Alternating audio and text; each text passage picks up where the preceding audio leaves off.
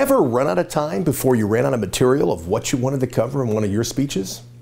The reality of us as professional speakers and all the different time environments and the different content we need to cover and what we talk about to our audiences. You're going to have a challenge of how you stay on time. It's one of the biggest challenges I find in our professional speaking business. Two things that might help. The one is I organize my talks like I learned computer programming, thinking about subroutines. So I might think of a major category of topic that I want to cover, like how to increase your sales, where the points underneath that, I know exactly what I'm going to cover, even what stories I'm going to tell, so I don't need to have detailed notes on that.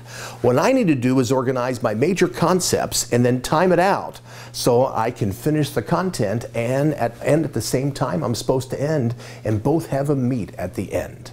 One of the things that's worked, in fact, I learned this from a mentor of mine and also a friend, Joe Charbonneau, CSP CPAE from Dallas, Texas. 30-some years ago when I was first starting in the speaking business, I got to attend one of his seminars, and I was so impressed about how he controlled the time and how he knew where he was in the program.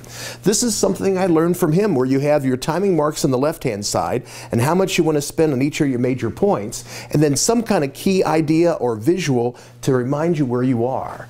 Now, even if I'm giving a 45-minute speech, I'll take a sheet like this and just drop it on the floor of the stage so I can look down and be able to glance and see where I am, know that I'm on time without the audience even realizing it. If I'm doing a seminar, I'll have one or two of those pages in the workbook, so even though we're covering a whole section, I don't have to turn the page individually to work them through this section because I have everything on those 2 pages.